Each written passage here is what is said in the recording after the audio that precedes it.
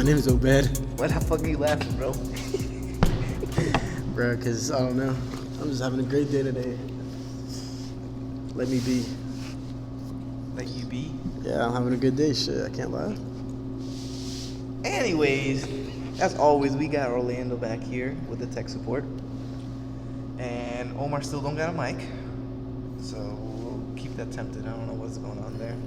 Anyways, what do you think? Well, first of all, how's been the first week of school? Damn, bro. That shit sucks.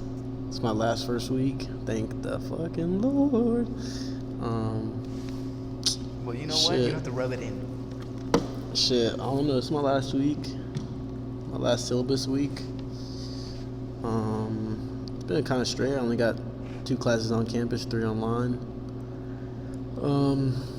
Same old shit. Just a different semester, I guess. Like, I don't know. Just a different day. Same shit, just a different day. Ready to be done with school. Chilling. Just been looking for jobs and shit. Hey, if anybody knows who's hiring, let us know because I need a job ASAP. What about you, Orlando? How's your week been? Just hit the grind early. Don't stop, huh? Stay, does not stop. We picked up right where we left off. Yep. Test every week. But that shit hit me like a shit hit me truck, huh? hard, bro. That shit slammed my face. I was on vacation for about a fucking month playing Fortnite, chilling. Did a body slam. That on shit you. body slammed my ass straight. I got RKO'd and shit. Oh no. But yeah, now like Orlando said, back to that grind, I guess. I guess. Is it even worth it? Is it even Is worth it even it? worth it? Is school really for me? I got 1 semester left. Is it even? I'm about to drop I'm out. about to drop out. 2 weeks, 2 weeks left into the semester. Nah, but it's been straight. I mean, just gotta get back to it. Yeah, man. Other than that, school picked up like he said, straight ass, and just looking for jobs, man, because this whole government shutdown is out having places closed down. So other than that, man, it's been a pretty good week. A lot of good stories for football. Embarrassing game to watch if you were an Alabama fan on Monday. But other than that, it's been a good week. And we're going to jump right into that. And I'm going to say Alabama got dicked. I wouldn't say embarrassing. It was embarrassing, bro. It was 44-16. It was just surprising. Nobody was expecting that. I wouldn't say it was embarrassing. Like, yeah, they got dominated. Bro, they the got whole dominated game. every phase of the game. Yeah, I mean, they did, but at the same time, I wouldn't say it was, like, embarrassing. Like, Alabama played into Clemson's game early, partially because of the pick six, and that benefited Clemson, and it was very clear that if you were going to get in a shootout, Clemson was ready for that, and Alabama was getting, like, between 6 and 8 yards every run, and then they just stopped running the ball, so, shit. I mean, Tua is a good quarterback, but I don't think Nick Saban called a great game. I don't think his offensive coordinator was there all the way, and I don't think they really called great plays to help him out. I mean, Tua didn't play great. Tua is still a good player, but the combination of Tua did not playing the way he usually does, and the play calling, I think it made it look worse than it was. I mean, The play calling was horrible. play calling was bad, especially, I mean, shit, even Kirby Smart was laughing at that that 4th and 6. that 4th and 6, fake. bro. Running with Mac, bro, that's crazy. And damn kicker lead blocking. Get the fuck out of here with that shit. And the whole defense was out there. It's not like Yeah, bro, they were in the damn base defense. It's not like they were defense. They like were it running was. a 4-3 defense out there, and they still ran the play. No timeouts called, nothing. Yeah, I don't know. Nick Saban just really all it was is Nick Saban got out coached and the players got outplayed. No ifs, ands, or buts. Clemson was the best team this year, obviously. Oh, yeah, and they had the best quarterback. It showed. I mean, He's the truth. that guy Trevor Lawrence is special shit. I've been trying to tell people since he came out. Who? Like, I don't want to say names no more. I'm not going to keep shouting people down. But I had a friend of mine who asked me who to bet on for this game. And me, I usually go for Clemson. That's probably like my second favorite team outside of UF. Just because of Dabo and CJ Spiller went there. CJ Spiller is from around this area. So I've always kind of followed him since I was a little kid. And yeah, so my buddy asked me, like, who should I bet on? Big drawing for this game at my work. a lot of money on the line. I was like, bro, go on the sleeper based off the betting. I have to go on the sleeper Right. and go on Clemson. Go with Clemson, bro. Did you get it? Of course not. Hell no. Oh, He man. had Alabama win the game Yeah. in a pretty high-scoring game, but I mean, Still I don't had to know. win. I had a feeling. I've been saying this is that Clemson's receivers are just too dominant. They're freshmen, big bodies, strong, and as you can tell, Justin Ross made tremendous catches, but Fantastic matches. it's not just him; it's the whole receiving core. And Yeah. Travis Etienne is a grown-ass man. I don't know if you guys have been asleep on these Clemson running backs. They might be skinnier. They look skinnier than most SEC running backs, but they run that shit. Wayne Gallman did the same shit against Alabama. Break tackles, don't really go down the first one, in the first tackle, and they ball out. And they should. He wanted it more than anybody else. Straight up. That's exactly what happened. For SEC, that shit looks trash because Alabama played a really good season this year. Probably, it's kind of crazy to think about. They're probably the best offense that we've ever seen Alabama run, and they just get destroyed by Clemson. They got dominated. I think my biggest surprise was that the defensive line for Alabama didn't do shit. They were just Or that kind of. Clemson's O-line. Yeah, I mean, Clemson's O-line, obviously they held They them, but held like them. to me the surprise was that Yeah, like Alabama's Quentin D-line Williams. I didn't hear too much of him. didn't do anything. No sacks allowed. So I think that was huge. I mean, yeah, credit the O-line, but to me the shock was that the defense line didn't. They weren't even able to reset the line of scrimmage. I mean, I don't care about sacks all the time, Yeah. but they weren't even able to do that. There you were know? not even. There was no pressures. Nothing. There was nothing going on. And not only that, everybody the whole year been saying that Alabama secondary was really suspect because they're young and everything like that, and they got completely exposed to these young receivers from Clemson, which to me, I don't really know if it's really an excuse or not, because Clemson receivers, most of them are all freshmen, and they were getting bodied out there, like straight up. Dude was one-hand catches, going out of bounds. It was Justin Ross definitely showed out that game. Yeah, huge game. Like I said, man, I mean, Clemson was just a better team, and it was clear. So far, I would have been 2 for 2 on picks. My dad, like I said in the previous show, he betted me on Notre Dame, trying to say that Clemson's overrated, mostly because he knows I like Clemson and he wants to go anything against me. Try to prove him wrong, but shit.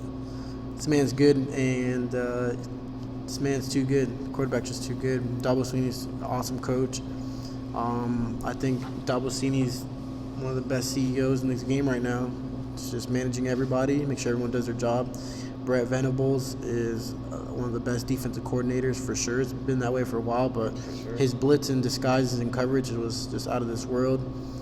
And it showed in the first drive. I mean, that pick six was just all it was a disguise and people coming at you from different ways, or you thinking people are, but they're not. And it definitely tricked up Tua twice on both his picks. Could have been better passes, but at the same time, the defensive call was damn near perfect. Yeah, it was just a complete domination by Clemson. Really good game everywhere. And to me, so for you, what was the most surprising thing? It was that the defensive line of Alabama did not show up. For me, the surprising thing was that Saban. This is the first time I see Saban get outcoached like that in a long time. And not only that, this is the first time that I see an Alabama team so getting penalties that they don't get. So they were giving a lot of free plays and everything like that. And it's just like the first time in maybe 8-10 years that this happens like that. So that caught me by surprise by Alabama in the Clemson game. But shout out to all the Clemson players. They balled out. That's the difference between, and this is what I heard from on the TV. It was like, this is the difference between a team and a coach that cares about the players. I'm not saying that Nick Saban doesn't care about the players, but that everybody wants to come back and play as a family. But Alabama's more is like, we produce everybody and go to the NFL. Everybody's good. We get it. But Clemson's more as a family. It showed on Monday, and props to them. And I see them getting even better next year, although they lose their D-line. I don't know about that. They're losing a lot on the D-line. They're losing their D-line. They're But they losing got two depth, too. corners. They're losing, I think, a linebacker. They're losing about between 4 and 7 starters on defense. Offensive line's leaving. I mean, yeah, they have their skill position players on offense, but I don't know about getting better. I think they can be just as good and win another national championship simply because of Trevor Lawrence, Travis Etienne coming back. You have your core and skill position, but I don't know about getting better. I mean, they're losing 2 or 3 first-round picks just on the D-line itself. D-line, yeah. They're going to lose a first-round pick at corner in Trayvon Mullen Jr., another corner that might be heading out, as well as a safety. I don't know about their linebacker situation. I don't know. We'll see how many people come back that aren't graduating, And so, yeah, I think they'll be back. I think they'll just be reloading like Alabama, but I can't really say that they'll be better. We'll just have to wait and see, just because when you're losing both lines of scrimmages like that and such quantity, it's hard to like replicate, even if they are, very depth, but they didn't have the same experience. Like Christian Wilkins played 55 games. All those guys have played a lot of games, so we'll see. I mean, they have obviously great young recruits, but I think they'll definitely be back in it, and it'll probably be them in Alabama again. So is Alabama, my question to you is, do you think Alabama is still on their own league, or do you think it's more a level playing field with all the other schools? Nah. I think it's Alabama and Clemson and everybody else, and it's been that way for the last 5 years. I don't think there's anybody who's been even competed with Alabama besides Ohio State that one year, besides Clemson. So I think it's Alabama, Clemson, everybody else. And Clemson and Alabama on the same level playing field, as opposed to Alabama 1, Clemson 2, everybody else.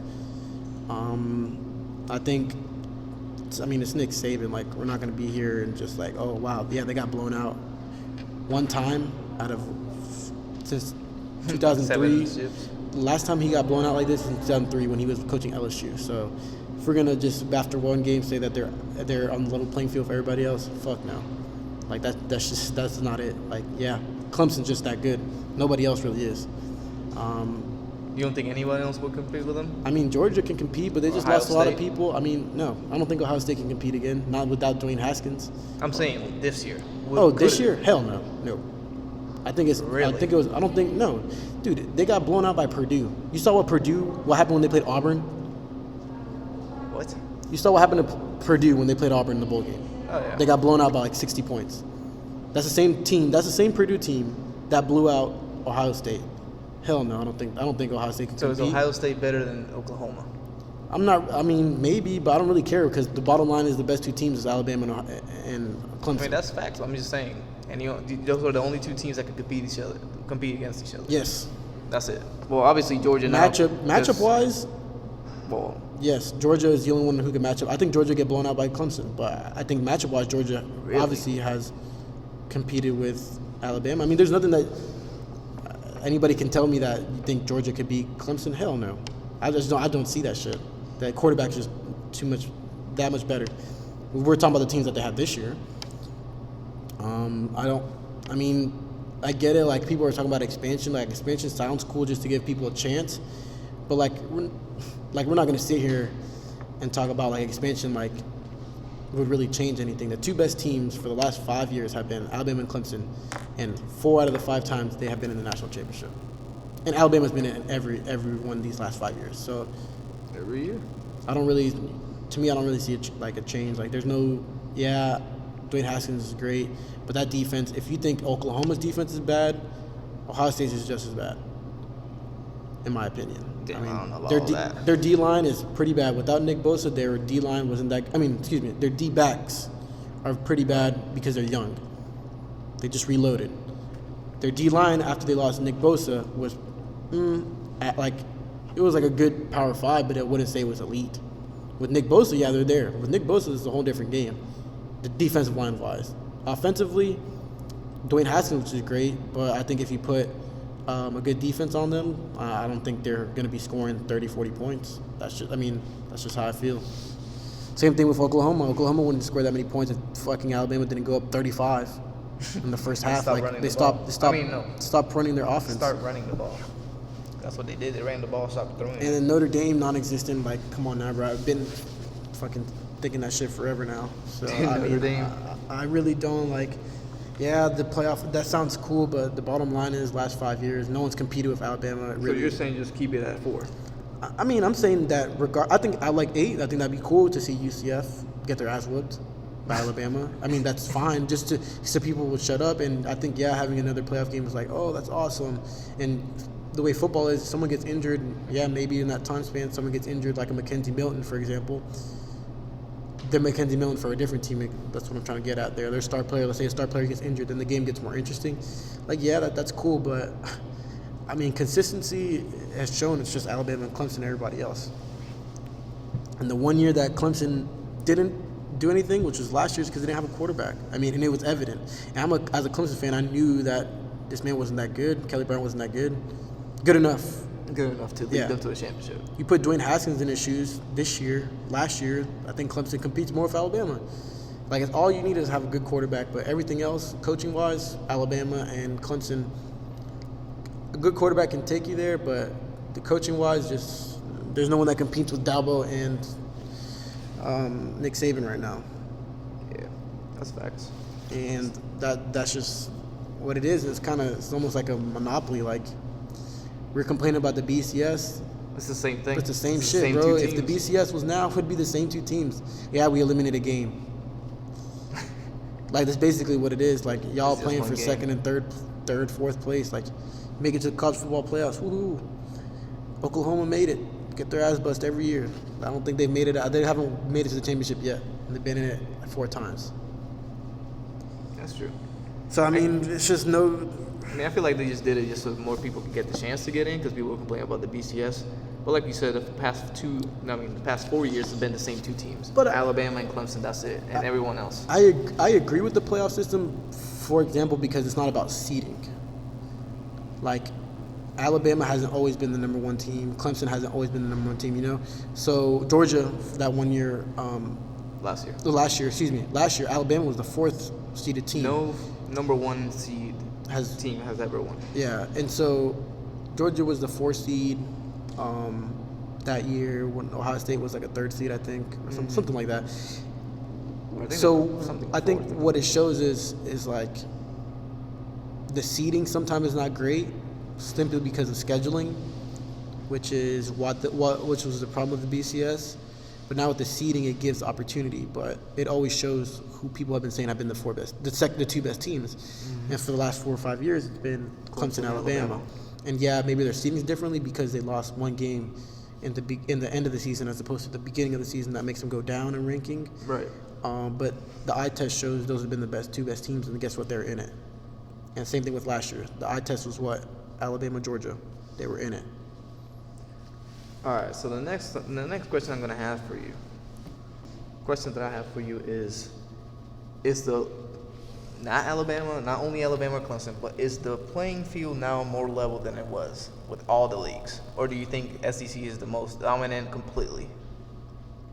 I feel like it's more leveled now. As you can see, past like 2-3 years in the bowl games, there's not been a clear conference. I don't care about the bowl games. Like, my problem with the bowl game is this. After Jalen Hurts? No, the linebacker for Notre Dame, who's a linebacker for the Cowboys right now. Jalen Smith. After Jalen Smith got hurt, that changed everything. I mean, he goes out, plays in a bowl game, destroys his knee. Instead of being a first-round pick, he's a second-round pick. Beginning of the second round, and he has to sit out 1.5 years before he can really start playing. Right. Like, now, like, people are starting to say, this is business. Like, if you don't, pretty much, basically what I see in college football is, and to keep it real, that's why I don't really put too much emphasis on the bowl games anymore, because it's like, after that incident happened, because there's no insurance on these players, really, people are sitting out. So, right. Like, we seen LSU play without pretty much any starters in secondary. Yeah. The starter running back and D tackles for Michigan were gone. So, like, as a Florida fan, like, I knew we were gonna whoop their ass, and I'm glad we whooped their ass because we that's what we were supposed to do in my eyes. Michigan fans still thought they had a chance, and then they're gonna use the excuse as we're not playing our guys. Totally understand. That's why I don't really take it too deep, because they're not playing, like, we're not playing full strength either or. Like, in my opinion, we should have beat their ass, and we did, so I'm happy. I'm going to talk shit because I'm a UF fan and you're a Michigan fan. I'm going to always talk shit. But to keep it real, though, is like they weren't playing full strength. We weren't playing full strength. Like, people are not going to try to play that much because, like, what's to risk? Like, oh, wow, we won the Fiesta Bowl, and I had the potential to be a top 3 rounds, and then I just shattered my shit, and guess what? Now I can go undrafted, or I can go really late and not get paid as much. Like, personally, with it, like, I see both sides. Like, yeah, if a player tells me I'm going to play because I want to finish out the season, I totally respect that. But as a business person, if someone tells me, hey, I can't do this because I'm scared, what if something happens? I can respect that too. So the bowl games, unless it's the championship or in the playoffs, to me, they really don't mean shit. I think that's why you see so much of like a parity, because SEC schools, ACC schools, and Big Ten probably produce the most NFL talent, and there's talent on teams that like are in the middle of the pack. You know what I'm saying? Like, you're gonna find talent in a Mississippi State. You're gonna find talent in a Texas A&M. Right. You're gonna find talent in just anywhere. Anywhere in a Duke. You're gonna find talent anywhere in the ACC, middle ACC. So what happens when those key players on those average teams are missing? Like, yeah, they can play a full team who is lesser than them, we'd think, and then they get beat. But when you're missing that many players, key players, like, to me that doesn't mean much, and I see it. Like, I see it. That's the way I see it. And so to me, I think Clemson blowing out Alabama makes it seem more even in terms of conferences. I still think SEC won. I don't care if people call me SEC go-getter or whatever, but I think they're the better conference. I think they're top-heavy, though. I think they're top 5, 6 can probably compete with the other top 5, 6 and do better than that top 5, 6. But once you get past that, like the more average teams, I think then like it's more fair game. The Vanderbilts, people who Missouri, like Missouri has one player, Drew Lock. He's good at, like, that's the way, like, you can't base it off one game. And so I would like to see more of these games in the regular season. Like, I would like to see an LSU UCF game, because that's how you're showing me, like, who wants it, because that's a playoff game. Like Dalvin Sweeney said it best, we've been playing playoffs since the beginning of the season. Every game's a playoff game. Mm-hmm. And so I would like to see more like ACC, SEC, Big Ten, SEC Big Ten matchup in the regular season, and based off that, then I could really tell you, like, all right, which conference is more dominant. Right. But like I said, I think SEC is just top heavy, and I think it's just the drop off between the top and the average is so much greater than the difference between, like, the top of, excluding Clemson, the top of the ACC and, like, the average. Like, there's some type of parity in between there. Like, they mesh more together, as opposed to, like, it's Alabama and then either Georgia or another team, and then everyone else is 9-3, 10-2 type shit. But yeah, so that's just how I feel. I mean, I think it looks more competitive ball game wise, but I still think the best teams are in the SEC, and of course there's other teams in every conference. But in a total conference, I would take the SEC over ACC, or any conference really. All right. Top to bottom. Yeah, because people just say. But I think you're right. I think it has the gap has gotten a little bit closer, but I would still take the SEC, in my opinion. I think it's a tougher road. Yeah. I would pick the SEC still number 1, but I definitely see the gap closing. It was like a 12-year span where SEC was completely dominating. I would say that was between, it started in 2005, even though none of the SEC teams made it. I believe it was Texas and USC. But it started to show out there, and then it continued all the way from like 2005, 2006 to pretty much to like 2015, 2016. I saw that the gap was really big, but it has gotten narrowed down. But like you said, I still pick the SEC to beat anyone else if it needed to. But it's definitely having them closer, so I don't know. We'll see as the years go by. But other than that, man, yeah, that Clemson-Alabama game, it was a good game to watch if you were a Clemson fan, or if you wanted to see Alabama not win something for the first time in a while. But other than that, man, who are your top 5 teams for next year? Next year? Yeah, get on that. Like in the beginning of the season, or who I think will pan out? Just preseason 2, whatever. Too early top 5. Too early top 5. Number 1, Clemson. Number 2, Alabama. All right. After that, I don't really know too much. I mean, I guess you could go Georgia, Texas. No, this is no order, but Georgia, Texas, Ohio State, Georgia, Texas, Oklahoma. Between those 4, top 5, 3 of the top 5. I think Michigan won't do shit again. Notre Dame can go undefeated, not do shit again. I mean, I'm telling you right now, like they can go undefeated. I think Michigan could go 1 game loss, still get their ass bust. I think Texas A&M will have a really good year. Texas A&M. They'll finish top 15. And Florida is 1 elite quarterback away from playing in the playoffs. That's facts. It's kind of too soon to say that, I guess, but I'm a Gator fan, and I believe in what Dan Mullen's doing. And mostly to say that, like, seeing what he's done with Felipe Franks and the growth, and that is just tremendous.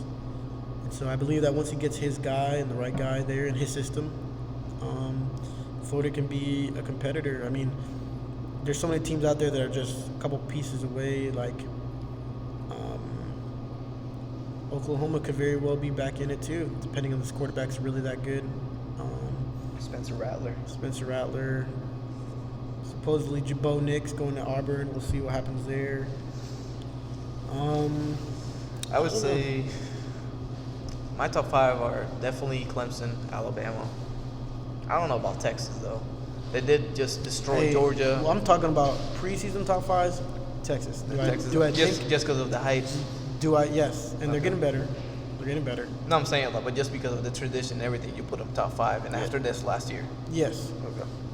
I think they'll be a preseason, definitely top 10, no doubt about that. But they could be top 5, just because they had a pretty good recruiting class. Top 5, right? Top 10 for sure. Top 10 for sure. I know they were top 5 at one point, but I don't think that's stick. So preseason, I think they can be a top 5 team. Do I think they're a top 5 team? I don't think they're a top 5 team. I do like Texas a lot. I would say that's kind of like my second favorite team, just because of their tradition and everything like that. But I don't think they're a top 5 team. The problem with Texas is, the problem with every Big 12, there's no defense. There's no defense.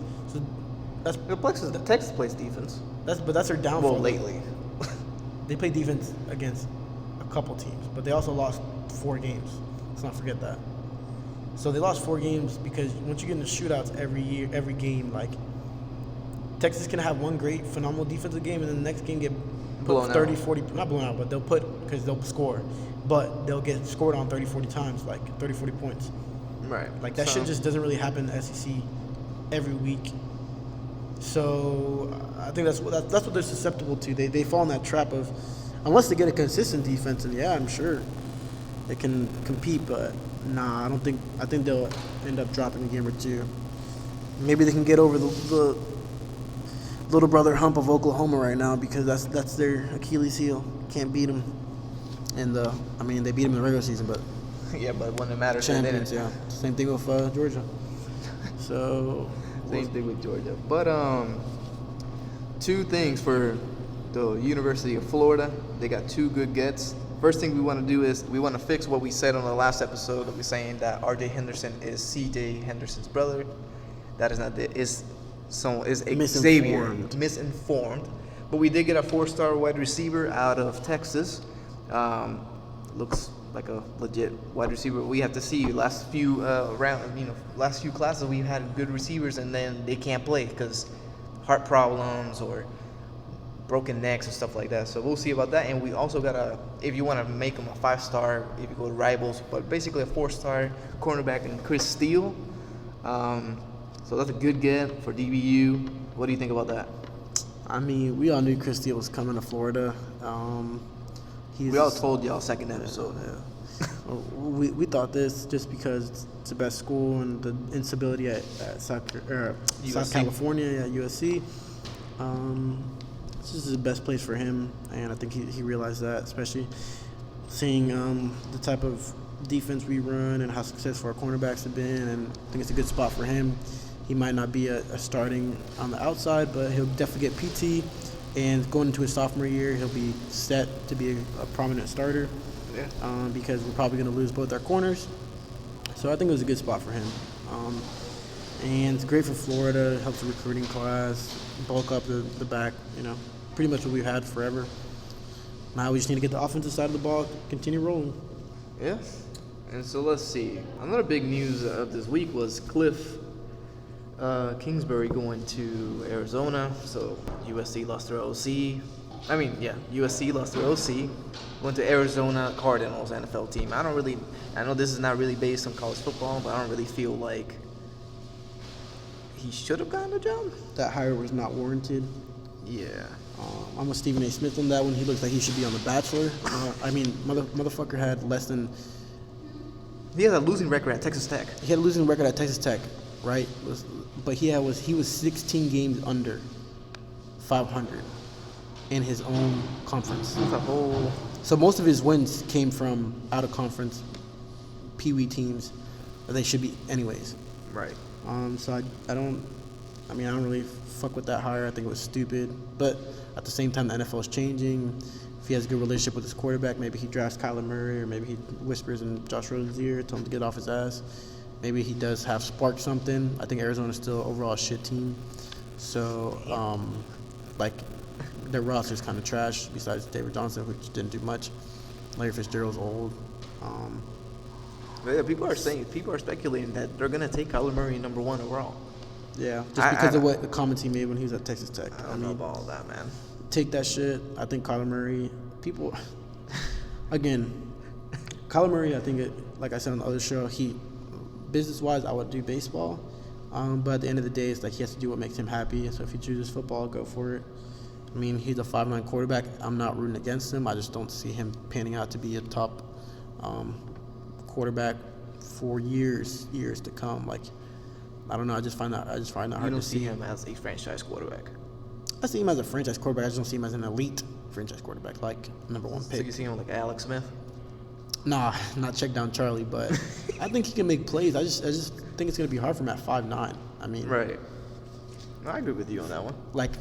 I would love to see him go for the shorties, kind of like Russell Wilson. That's one of my favorite players, but at 5'9", it's just gonna be tough. I know the offense is changing in the NFL, and they're going to a lot of college stuff, and so that's definitely gonna help him. And if he's able to get into a good system with some good receivers, yes, he'll be a fantastic quarterback. He has all the intangibles, but number 1 pick, don't fuck it up. That's just the way I would see it.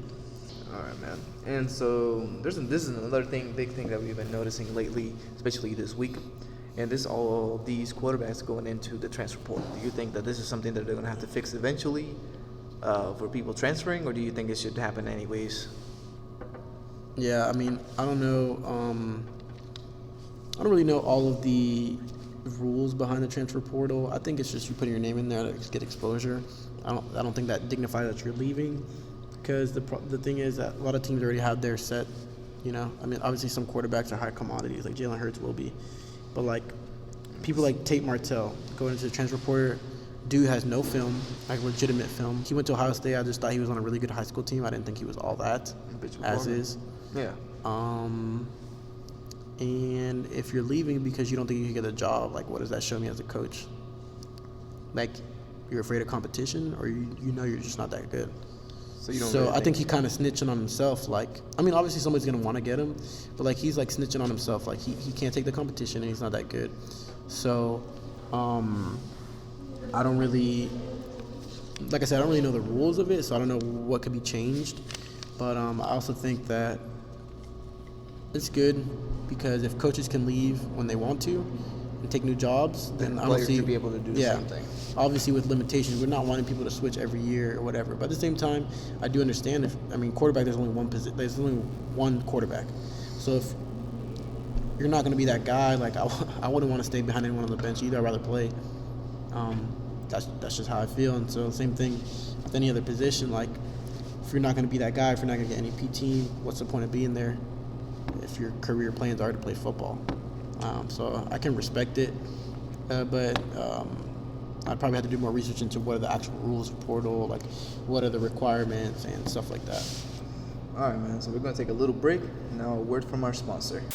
And we're back. So back to the transferring thing. I feel like I feel like there's not going to be any competition eventually, because Tate Martell was talking all that trash to Justin Fields, you know, shooting, you know, just hella things on Twitter, and then once he transfers, he leaves.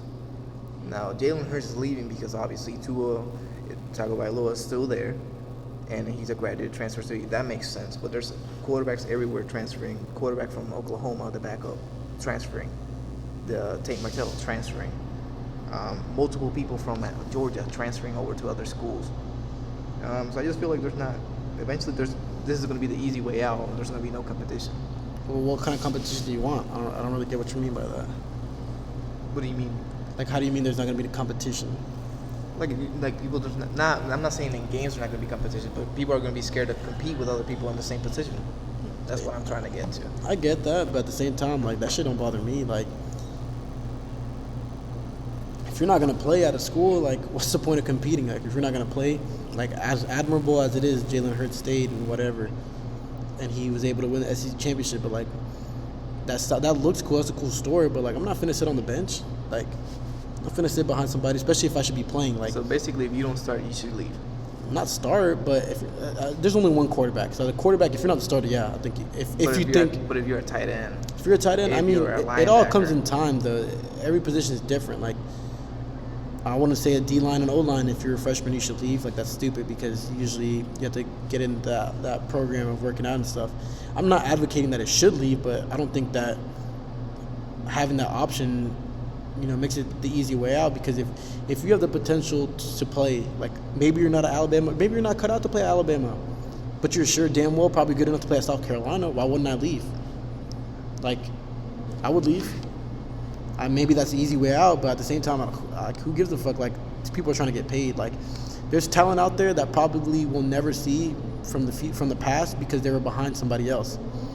And maybe if that talent went somewhere else, they exploded and they did good. Like, we wouldn't have never known. But now this at least gives the option of players who just aren't going to fit the system or are just going to waste their talent at a school. They could go help another school out. Like, I really don't have any problem with that. I feel like if this is the first year, there's no reason for you to leave. Now, Tate Martell, he's been there, 3 years already, waiting. But yeah, but we see that as, like, after the first year. But, like, maybe you were recruited. If you were recruited and someone tells you you're going to be the first year starter, and then you kind of get fucked over, like, what if his whole reason to come to X university is because he was promised a starting job, or he was promised this, that, and the other, and new coaching staff comes in, or the coach is like, you know what, never mind, whatever. Then what? He kind of got screwed over because maybe his second choice, he wanted it, but they didn't promise him, you know, whatever. So, I mean, we look at it from the outside. We don't really know, like, all the details, and we never will. But we also have to get the benefit of the doubt to the players. Like, they had their reason too. Now, Tate Martell is talking a lot of shit, so that's what I'm saying. You talk a lot of shit, yeah, but, and then they come, and then you don't want to compete. Yeah, no, I agree with that, but, I mean, yeah, he did take the easy way, and that's clear, and he'll probably get, like I said, I think he snitched on himself, because he was talking all that noise, and he got that smoke, and he's running from that smoke now, so I know, I get what you're saying, but not every player is Tate Martell, and I'm not saying that you're saying that, but I just think that we also need to look at both sides of it, because it might be the easy way out for somebody, but at the same time, it might be the opening from somebody else. That's good. So the next topic I want to kind of see about, two schools. A lot of turmoil going in there. Georgia's losing players left and right. Coaches leaving. Same thing with Michigan. Michigan, all their coaches are going to Ohio State. Do you think Jim Harbaugh is on the hot seat? And then we'll go over to Kirby Smart. But first, with Jim Harbaugh, do you think he's on the hot seat now? With everybody leaving? I don't know about hot seat, because that man just won 9 or 10 games, whatever it was. Yeah, but he always does that. He has to beat a rival. He doesn't always do that. That's the thing, though. He's had, like, 8-win seasons. Like, he's had bad seasons that if he would have did the same thing this year, he would be on the hot seat. But, I mean, he just won 10 games. And he could arguably say that he lost because he had, like, a couple starters out. You know what I'm saying?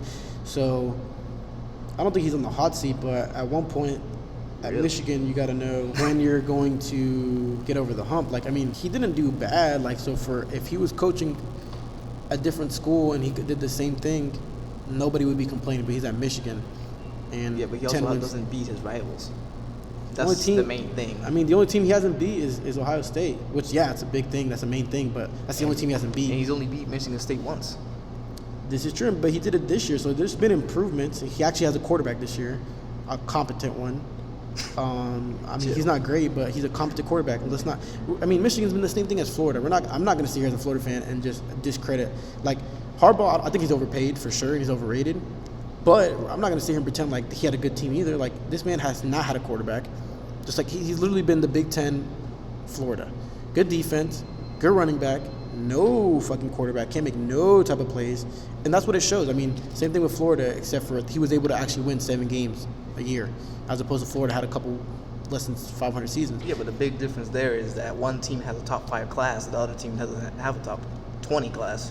That's fine. That's what I'm saying. But the thing is, the whole thing about any team, you can have whatever class. If you don't have a top quarterback, it doesn't fucking matter. Exactly. He can't recruit any quarterbacks, and he loses to rivals.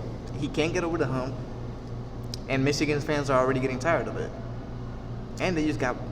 I mean, it's fair, but I just don't know about the hot seat. Like, I don't think that unless he doesn't get into a bowl game, I don't think he'll get fired. So you think he'll stay there for a long time? Maybe he's warm, but I honestly think Harbaugh would probably leave Michigan before he gets fired. To go to the NFL or some shit. To me, I feel like he's in the hot seat. You only beat one of your rivals. So if the hot seat is this, so you're telling me that this is what are we signifying the hot seat? If he doesn't perform a certain way this year, he'll get fired? No, I'm not saying for like this year. I'm saying he's starting to get into the hot seat. Yeah, I think he's warm, but I don't think he's on the hot seat yet. Of course he's warm. He's been warm, but he's not on the hot seat. Like, I don't think anything could happen this year besides having just a shit show that would have him fired. I don't think he's going to get fired in the next – I don't think he'll get fired next season, but – Then I don't think he's on the hot seat then. I think, to me, the hot seat is if you're about to get fired. Like, if you don't perform this year, you're going to get fired. I feel like he's starting to get in the hot seat. You only beat one of your rivals. You get all these top recruiting classes. They're spending money on you. Like, you're the highest paid – isn't he the highest paid coach? Or is it Nick Saban? Either one. He's 1 or 2. And you get your 10 wins or 8 or 9 or whatever, but you don't get over the hump. And that's what Michigan's fans want. They're desperate for a championship over there. They haven't won anything since, 90? No, it wasn't 90. I don't know what it was. It was something in the 90s. Now their last one at championship, I feel like they're getting desperate with it. I don't think that he's going to get fired this next season or anything. But he's definitely trending in that way, especially with all the coaches leaving now to Ohio State. Yeah, I mean, like I said, we'll just have to wait and see where it goes. I think he's warm, but I don't think he's on the hot seat. I think after next year, he'll be on the hot seat, as and if he doesn't perform, he's going to get fired. And the last thing, man, Miami. You like the OC hire? DC? Well, DC is the same one, I think. But OC, do you like... DC, they got the guy from LA Tech. OC, oh, really? Yeah. They didn't get Banda? Bando, I mean, they're like co-defensive coordinator or something like that. But they got Dan Enos, or whatever his name is, from Alabama. Yeah, I mean, I think it's a good, definitely a good hire.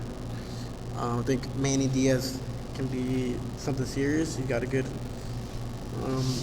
way of handling business. Nobody knew shit, literally. It was all Applewhite, all something else. And so I think he's been able to keep things under wraps, and I think, that eventually that'll help out. I think this quarterback coach is definitely a good one. He's working with Jalen Hurts, Tua. And he comes from a good program that knows how to win. So I think it was a good hire, and it's probably the best hire he can make. He didn't get a splash hire. Like, right. He didn't get the name he just didn't get the name like a Browse or something like that. Family name, anything like that, or whatever. He got the low-key guy who I think will end up being more successful than the name or a big splash hire. So obviously the quarterback room is not looking good, so having a quarterback coach like him can help, and I think it will help, and I think it's probably one of the better hires. It's a good low-key hire. Yeah, I like the hire. The only thing that, as a Miami fan, that would worry me is the fact that a lot of the offensive assistant coaches or offensive coaches that came from Alabama haven't really done too well when they go somewhere else. But that's mostly when they go as a head coach. So I think this is a great hire. He has an opportunity to get Jalen Hurts, which will definitely add another dimension to their offense, especially what he's trying to do over there. Dog, if they get Jalen Hurts, I'm sorry, but Florida State, boy. Y'all about to be 0-2 against the state of Florida again. I hope they get Jalen Hurts. Actually, I hope they get Jalen Hurts just to compete against Florida. Because I'm not trying to go to a Miami-Florida game and watch Miami get, like, Waxed. mobbed. Obviously, we're going to beat their ass regardless. But I would like to see at least some type of competition, you know what I'm saying? But, I don't know. I think it's a good hire. Jalen Hurts would be good. He fits at a school like that has no quarterback play. It's pretty clear cut who'd be the quarterback. It'd be him. He's obviously an improvement. I don't think he's elite, but he's definitely better than what they have. I would like to see him go there. Heard rumors about Maryland. Yeah, because of Loxley. So we'll see. It's definitely interesting to see where he'll land and how he affects whatever team he goes to. I still think that Florida State's in a shit show. I mean, they just got DeAndre Francois back, but I don't think anybody wants him there, at least enrolled in classes. And not only that, they still have no quarterback getting in the class. Yeah, I mean, they got Dante Lucas, a couple other offensive tackles. We'll see. It's looking rough out there in Seminole country. Their defense is going to be hella straight, but it don't matter if you don't have a fucking quarterback or offense. Or offensive line or quarterback. They have a running back. They have wide receivers. But if your quarterback's going to get hit 50 times out of 60 in a game, it's not good for your quarterback. Obviously, it showed with that year that he got injured. Previous year, he was getting licked everywhere. But other than that, man, it's been a great week of football. Horrible week of school. We do have a Facebook page up called CollegeFBlive. Go join it, like it, listen to our episodes. We're going to be spreading it around a little bit more now. Other than that, thanks for paying attention, and we'll see you next week. Peace.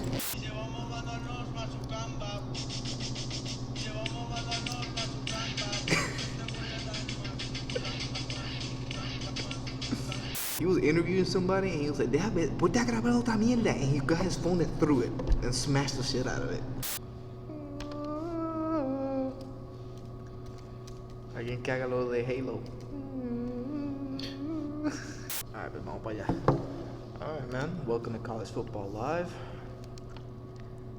Never mind, we're going to retake it. Yeah, I'm ready. I just thought that shit was funny.